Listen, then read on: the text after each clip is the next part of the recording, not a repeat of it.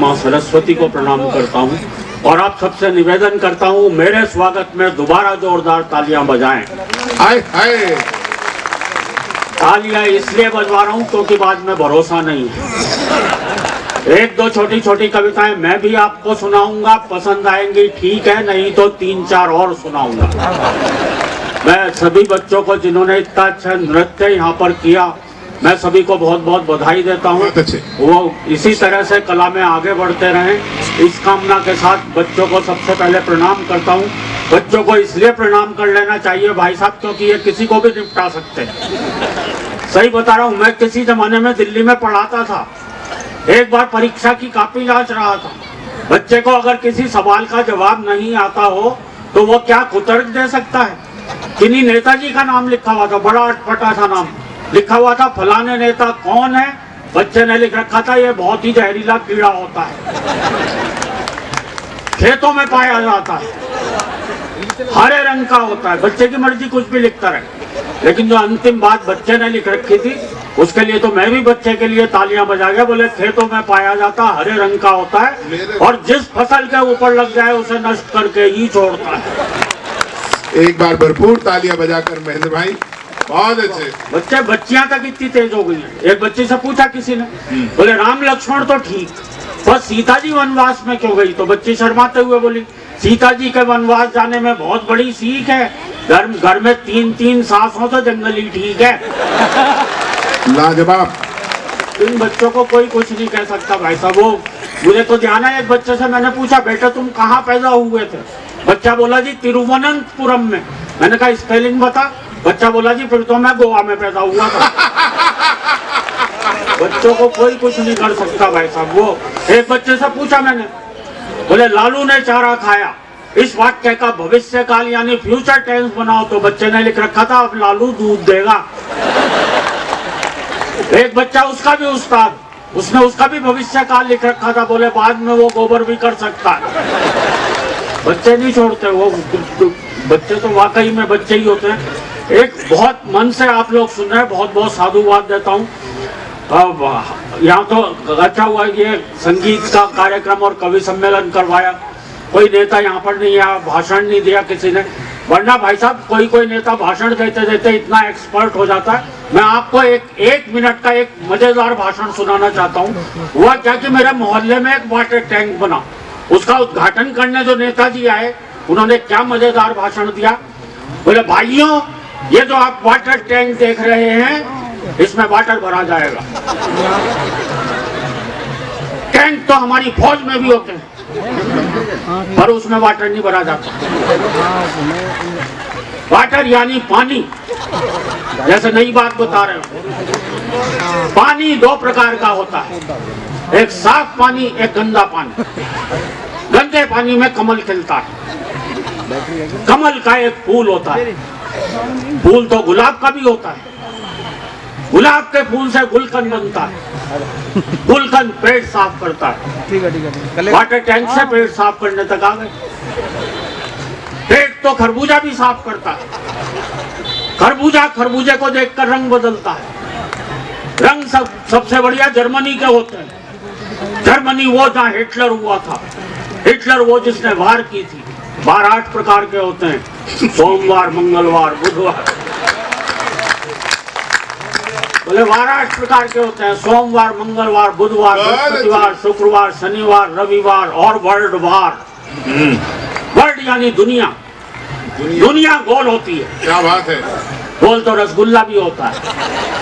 रसगुल्ला खाने से प्यास लगती है, प्यास को पानी बुझाता है, पानी को अंग्रेजी में वाटर कहते हैं और उसी के लिए वाटर टैंक बनाया। देखिए थोड़ी सी तालियां अतिरिक्त दीजिए। बहुत ही बढ़िया एक नई तरह की बात सुनाई है। महेंद्र भाई जवाब नहीं आता, लेकिन बड़े मन से सुन रहे हैं। मैं सीधे सीधे एक कविता आपको सुनाना चाहता हूँ। महेंद्र भाई आज मेरा मन है वो गिनती वाली कविता सुना दो, भले यहाँ कम लो।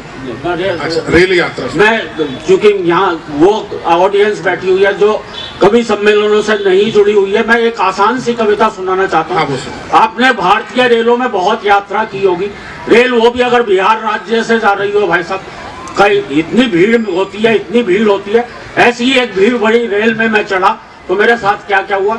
भीड़ में हमें तरह तरह से हंसी की बातें मिलती हैं। वे ध्यान है, कवि सम्मेलन में गया, इतनी भीड़ थी, एक आदमी ने पान खा रखा था। अपने बगल वाले से बोला, यार मुंह में पान की पीक है, कहाँ थूकूं? बगल वाला बोला, किसी की जेब में थूक दे। उसने कहा, नहीं यार, उसे पता चल जाएगा। बगल वाला बोला, जब मैंने तेरी जेब में थूका था तो तुझे पता चला था। तरह तरह से हाथ से निकल करके आता है। एक बार तालियां बजाकर मन दे दोस्तों, सीधे सीधे बहुत अच्छे, बहुत ही अच्छे। एक दिन हम भारी भीड़ भरी भारतीय रेल में चढ़े क्या, चढ़ाए गए। कई कंधों पर धरकर भीतर सरकाए गए। भीड़ का ये हाल था, मत पूछिए, कमाल था। फर्श पर भी आदमी थे, सीट पर भी आदमी थे, बर्थ पर भी आदमी थे, और तो और छत पर भी आदमी थे। वो तो रेल वालों ने इससे ऊपर कोई जगह ही नहीं बनाई, वरना आदमी वहां भी होते भाई। बहुत अच्छे। कौन जाने किस पर पड़ा था, आदमी से आदमी सटा खड़ा था। सब एक साथ सांस ले रहे थे, एक साथ सांस छोड़ रहे थे। जो भी सांस लेने में जरा गड़बड़ा जाता था, उसे फौरन एक धक्का लग जाता था। और हमारे आगे वाला व्यक्ति तो शायद गैस का मरीज और पता नहीं क्या खा के आया था कि सारे वातावरण में भारी प्रदूषण फैलाया था। हमसे वहां खड़ा ही नहीं हुआ जाता था, क्योंकि हर 15 मिनट बाद एक भोपाली गैस कांड हो जाता। तालियां बजाओ तो मन से बजाओ।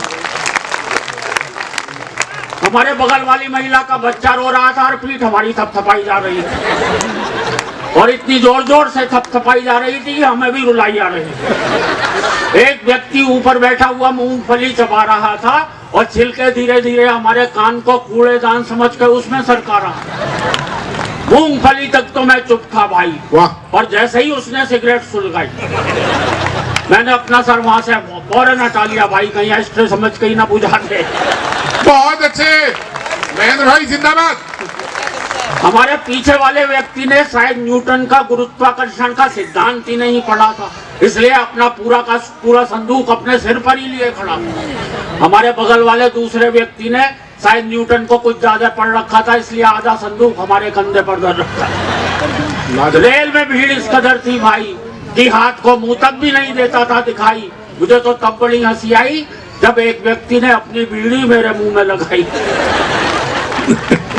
पहले कस का धुआं मैंने उड़ाया, लाजवाब। दूसरे कस का धुआं किसी और ने उड़ाया। उस व्यक्ति का जलता रहा बहुत जी, क्योंकि उसकी सारी की सारी बीड़ी औरों ने ही पी।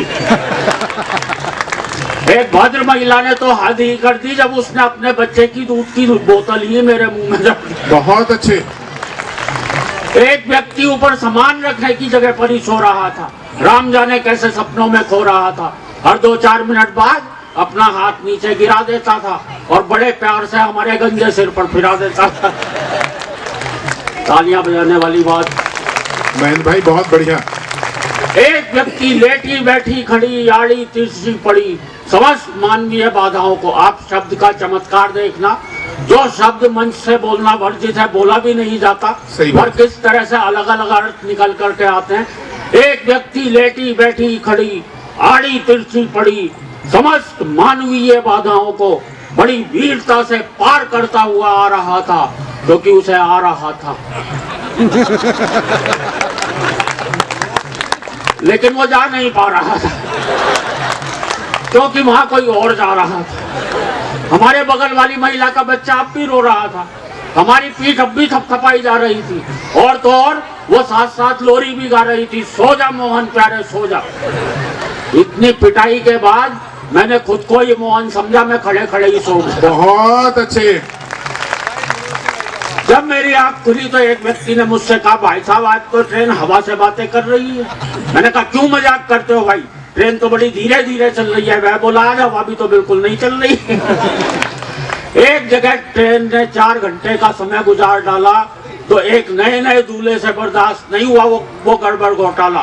फौरन जाकर ड्राइवर से बोला, भाई साहब अगर आप गाड़ी इसी तरह से चलाते जाएंगे तो हम तो मारे जाएंगे। हम तो अपने स्टेशन पर अपनी दुल्हन और शायद एक आध बच्चे समेत ही उतर पाएंगे। एक व्यक्ति बोला, भाई साहब मेरे मामा के फूफा जी ने मुझे कल ही एक कंपनी में नौकरी दिलवाई है, वो परसों मुझे आगरे में ज्वाइन करवाएंगे। दूल्हा बीच में चिढ़कर बोला, वहां तो आप रिटायरमेंट के टाइम ही पहुंच पाएंगे। और उस ट्रेन के लेट होने की बात आपको क्या क्या बतलाएं, क्या क्या समझाएं। हम ऐसे ही एक ट्रेन से उतरकर सीधे यहाँ आए हुए हैं। बहुत अच्छे। और आप विश्वास मानिए, हम पिछले साल वाली पुष्प प्रदर्शनी के बुलाए हुए हैं। कविता समाप्त हो गई, तालियां बजा दीजिए। बहुत बहुत धन्यवाद।